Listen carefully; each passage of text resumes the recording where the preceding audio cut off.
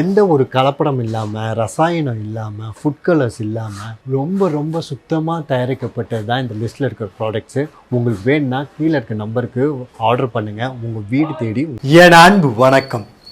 பாருங்கள் எவ்வளோ ஃபென்டாஸ்டிக்காக சூப்பராக இருக்கு பாருங்கள். ஒரு சப்பாத்தியோ பூரிக்கோ எதாக இருந்தாலும் சூப்பராக இருக்கும். சென்னா மசாலா பவுட்ரு அதுக்கு யூஸ் பண்ணாமல் ஒரு சிம்பிளான ஒரு விஷயத்தை வச்சு நாம் இன்றைக்கி பண்ணியிருக்கோம். வாங்க எப்படி பண்ணுறதுன்னு பார்த்துடலாம். 8 மணி நேரம் ஊறி வச்சிருந்த சென்னாவை நான் நல்லா வாஷ் பண்ணி உப்பு போட்டு குக்கரில் ஒரு 6 விசிலுக்கு வர வரைக்கும் நல்லா வேக வச்சு இதோ இந்த மாதிரி வந்ததுக்கப்புறமா நான் தனியாக எடுத்து வச்சுக்கிறேன். 3 டேபிள் ஸ்பூன் நான் எண்ணெயை சேர்த்துக்கிறேன். அதுக்கப்புறமா 2 டேபிள் ஸ்பூன் நான் நெய்யையும் சேர்த்துக்கிறேன்.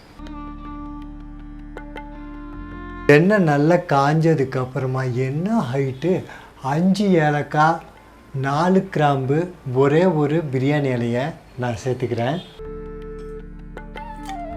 இது நல்லா 30 செகண்ட்ஸ் வதக்கினதுக்கப்புறமா ஒரு வெங்காயத்தை பொடியாக நறுக்கி வச்சுருக்கிறேன், அதை நான் சேர்த்துக்கிறேன். 1/2 டேபிள் ஸ்பூன் நான் கல் உப்பு சேர்த்துக்கிறேன். ஆல்ரெடி நான் சென்னாவை உப்பு போட்டு வேக வச்சதுனால அதை கால்குலேட் பண்ணி தான் நான் இதை சேர்த்துக்கிறேன். ஸோ இது லேசாக வதக்கிட்டு ஒரு பச்சை மிளகாவை வெட்டி நான் இதில் சேர்த்துருக்கிறேன். இதையும் நல்லா வதக்குவோம். வதக்கிட்டு இதோ இந்த மாதிரி கோல்டன் ப்ரௌன் கலர் வந்ததுக்கப்புறமா 1 டேபிள் ஸ்பூன் நான் இஞ்சி பூண்டு விழுதை நான் அரைச்சி வச்சுருக்கிறேன், அதை நான் சேர்த்துக்கிறேன். சென்னா மசாலா மாதிரியான கிரேவிக்கு புளிப்புத்தன்மை கொஞ்சம் முன்னாடி இருக்கணும். ஸோ அதனால் நான் 5 தக்காளியை பொடியாக நறுக்கி வச்சதை நான் சேர்த்துக்கிறேன்.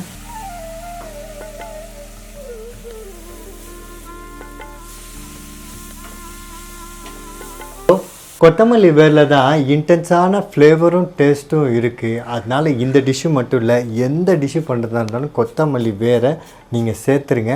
வாஷ் பண்ணி சேர்த்துருங்க. ஸோ கட் பண்ணி நான் அதை சேர்க்குறேன். இதோ தக்காளி பாருங்கள் நல்ல மேஷாக வதங்கிருச்சு. இப்போ நான் எஸ்ஆர் பிரியாணி மசாலாவை நான் ஒரு 2 டேபிள் ஸ்பூன் சேர்த்துக்கிறேன்.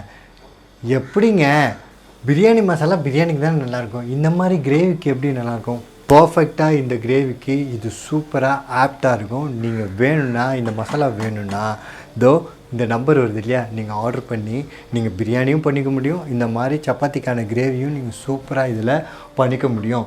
ஸோ இதில் போட்டு இதை நல்லா குக் பண்ணிட்டுக்கலாம்.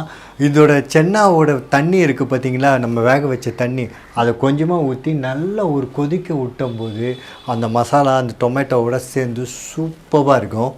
5 நிமிஷம் நல்லா கொதிச்சிருச்சு. இப்போ நம்ம வேக வச்சுருந்த கொண்டைக்கடலை இருக்குல்ல, அதை நான் இதில் அந்த தண்ணியோடு சேர்த்து இதையும் ஒரு 2 கொதிக்க விட்டோம்னா ஒரு ஃபேபுலஸான அமேசிங்கான இந்த பாருங்கள் சூப்பராக இந்த கொண்டைக்கடலை மசாலா, அதாவது சென்னா மசாலா சூப்பராக ரெடி ஆகிடுச்சு பார்த்தீங்களா. இது அந்த பவுடர்ஸ் சென்னா மசாலா பவுடர் இல்லாமலே அது பண்ணும்போது அவ்வளோ டேஸ்டடாக சூப்பராக இருக்கும். ட்ரை பண்ணி பார்த்துட்டு சொல்லுங்கள் எப்படி இருக்குன்னு உங்கள் ஃபீட்பேக்காக நான் காத்துட்ருக்கேன்.